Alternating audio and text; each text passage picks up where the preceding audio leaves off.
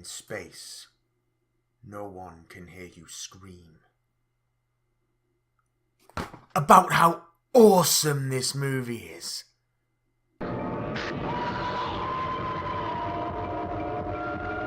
Alien, rated R. Now, I've always been a huge fan of the Alien franchise, so I figured it was time I used this show to revisit the movie that started the whole nightmare. Ridley Scott's 1979 sci-fi horror masterpiece, Alien. Now, I'm going to assume you've all seen Alien, so I won't bother explaining the plot. I think that's a rather unfair assumption to make. I'm sorry, what? I think it's unfair to assume that everyone's seen Alien. Wait, are you saying some people haven't seen Alien? That would be the implication, yes. Fine. Alien follows the crew of the Nostromo, a long-haul space freighter on its way back to Earth. The crew are brought out of cryosleep, only to find that they're not on approach to home, but have instead been diverted to investigate a mysterious signal coming from an uncharted world. What kind of a transmission? Acoustical beacon at repeated intervals of 12 seconds. SOS. I don't know. Human. Unknown. They touch down on the barren wasteland of LV-426 and discover a derelict spacecraft with a cargo hold of what looks like giant eggs. One of the eggs hatches a spider-like creature onto a crew member's face, and after being carried onto the ship, he births yet another alien beast, which proceeds to pick off the crew, one by one. Alien is a really straightforward plot, which is one of the reasons why it works so well. It's a haunted house movie, a slasher movie. Both, really. But in space. Space truckers find alien creature, it stalks them, and it kills them. However, there are several elements to this movie that elevate it above the B-movie quality that its simple premise would suggest. Ah, Alien, how I love you. Let me count the ways. First of all, this movie takes its sweet time. Nothing is rushed. Its characters are all fleshed out slowly and organically through subtle performances. The environments, all lovingly built sets and models and matte paintings, are established with lingering pans and crawls. The tension of this movie, thick and viscous, is established by its measured pace. Even the title sequence doesn't hurry its glacial reveal over a seemingly endless pan across a series of dark planets in unknown space. In this modern era of choppy editing and lightning-fast dialogue, Alien seems even more relaxed. But that just gives you extra time to savour the delights it has on offer. I'm not quite sure if delights is an appropriate term, but I'm going to go with it. Now, the characters and the cast. They are brilliant, and that is all. Right. When Dan O'Bannon and Ronald Shusay were originally writing the script, they had envisioned an all-male cast, not with any particular passion, it's just they didn't really put any thought into it. As the script developed, it became obvious that any of these roles could be played by a man or a woman, and so that led to one of the most important and enduring female characters in the history of the genre. Sigourney Weaver's Ellen Ripley. Mind if I give it a shot? Please do. This was an iconic, career-defining role for Sigourney Weaver, and it gave the genre just one of its most enduring, popular, and most loved heroines. Hell, gender aside, Ripley's just one of the most iconic characters of sci-fi, period. Weaver dominates this picture. Her presence as a decisive and cool-headed woman, clearly rattled by the horror of her situation, but steely and under pressure, and with the grit and tenacity to do whatever it takes to make sure her crew survives. That crew is full of great actors. There's not a weak link in the chain. Tom Skerritt's Captain Dallas is an easygoing but authoritative and protective leader, backed up by Veronica Cartwright's compassionate but yet nervous Lambert. Quit griping. I like griping. The legendary John Hurt plays Kane, first officer and first victim who unwittingly brings the alien onto the ship. Much of the fascination of Ian Holm's cold and detached science officer Ash, who is clearly more than he appears to be. Voyage.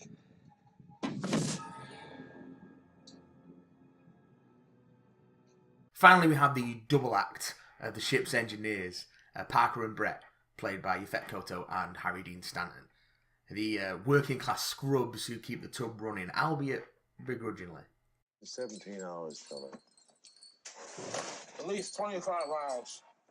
You get a real sense of these characters from their incredibly natural dialogue, and their interactions give you a sense of their relationship. You buy them as a team before the alien makes its grisly entrance.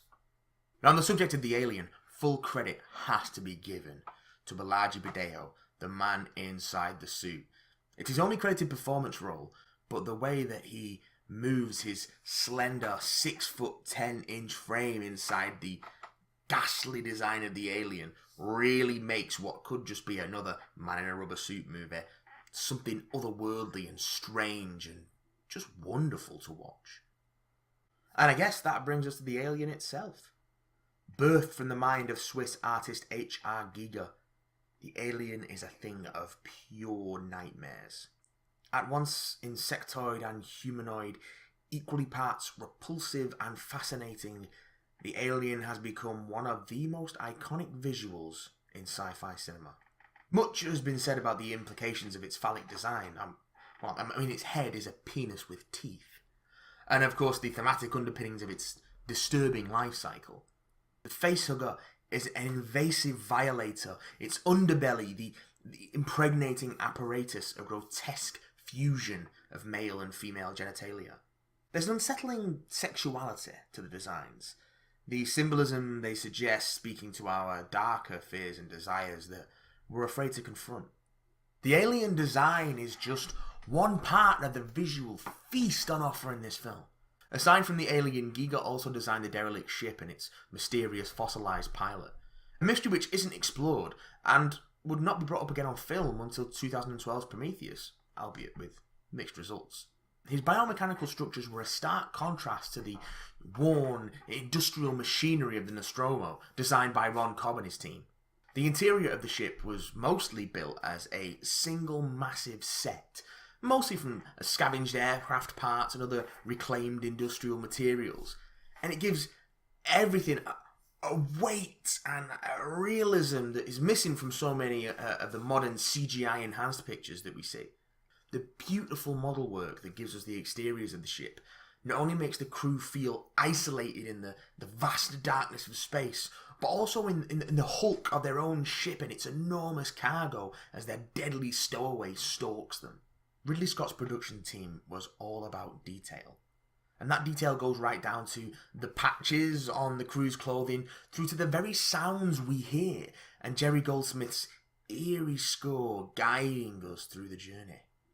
Take, for example, Dallas's search for the alien in the air ducts. Claustrophobic, tight angles through gloomy pipes, lit by the sickly yellow flame of the flamethrower.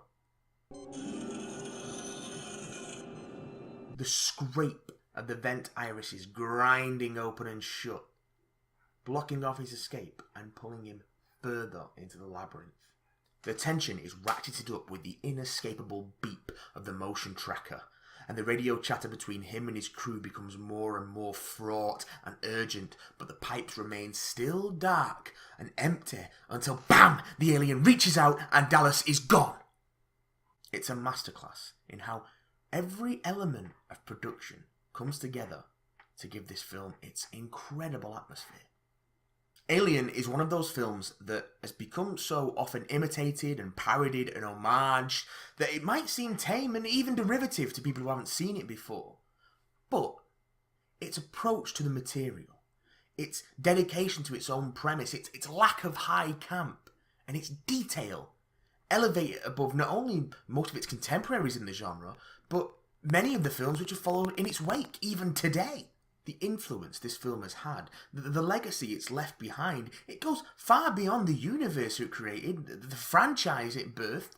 It paved a way for more intelligent, genuine approaches to what might otherwise be seen as irreverent material. This film helped to legitimize sci-fi and horror as genres that should be taken seriously on film. This is more than just a monster movie. The craft on display, the dedication to atmosphere and mood and tension make it a true genre masterpiece. To hell with genre, this movie is one of the all-time greats. And that's why I've got big damn love for Alien. In at least 5 major ways. What the hell are you talking about? Well, that's what I think about this movie, and you can bet your bottom dollar that we'll be returning to the Alien franchise in future. I've got a lot to say about these movies. What do you think of Alien? What do you think of the franchise? Which is your favourite? Should we even begin to talk about AVP? Let us know in the comments below. Please like and subscribe if you enjoyed the video. You'll get regular content. Every Friday we've got the Big Damn Cast. Every Sunday we've got a new Big Damn Love. Thanks for watching as always, and yeah, see you next time. Oh, took it out of me.